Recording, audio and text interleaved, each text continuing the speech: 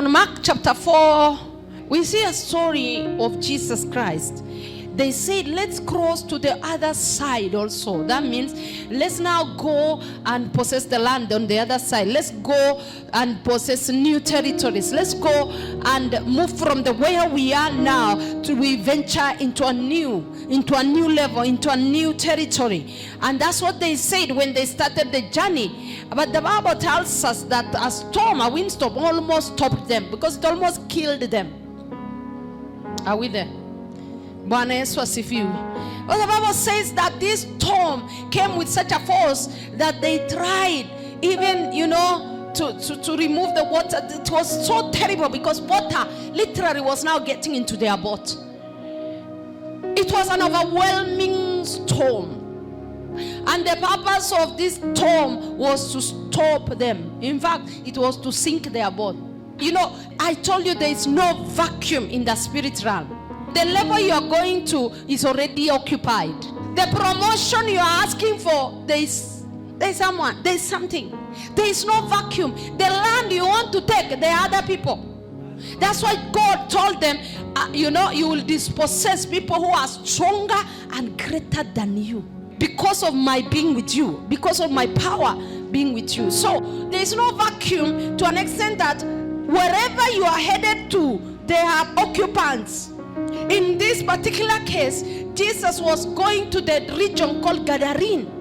But the storm came from the forces from Gadarene, saying, why are you coming to our land? Why are you coming to dispossess us? Why are you headed our way? You should just remain there. Are you getting? The Bible says in verse 1, and they came to the other side. Have you seen they have arrived? But it was not an unoccupied region, as you'll hear. And the Bible says, and when he had come out of the boat, immediately there met him out of the tombs a man with an unclean spirit, who has his dwelling among the tombs, and no one could bind him, not even with chains, because he had often been bound with shackles and chains. And the chains had been pulled apart by him, and the shackles broken in pieces, neither could anyone take him. And always, night and day, he was in the mountains and in the tombs, crying out and cutting himself with stones. The Bible tells us the man ran, he bowed, and he worshipped Jesus. Do a mad person know what to do? So who worshipped Jesus? It's the evil spirits. And it's not the man who saw Jesus in the first place. He doesn't even know who Jesus is, my friend. He doesn't. This man is a madman, staying in the tombs day and night, crying, cutting himself. Do you see the demonic forces? Some people, you think they are themselves. They are not. Some people do whatever demons ask them to do. That's what the Bible says. Every knee must bow.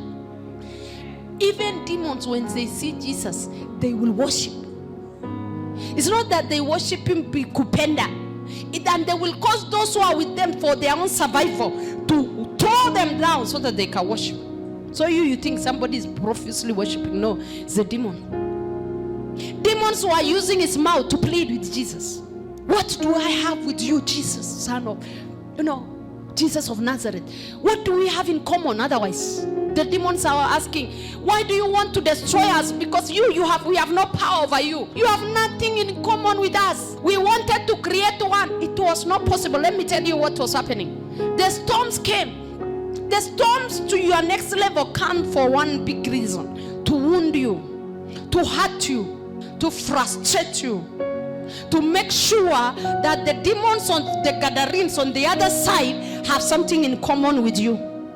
Demons wanted those forces of darkness that were territorial. They knew Jesus was coming to their territory. Jesus was coming to their level. Jesus was coming to dispossess them. So they wanted to make sure that disciples are wounded. They would complain. You see, whenever there is sin wounds the soul. And the Bible says, you shall prosper and be in health only as your soul prospers. When you get into a new level, you have already prospered. Are you getting what I mean? And that the devil does not want. A storm must arise. Why? So that if Jesus was wounded, if Jesus sinned by saying, what is all this now? He would be wounded in his soul.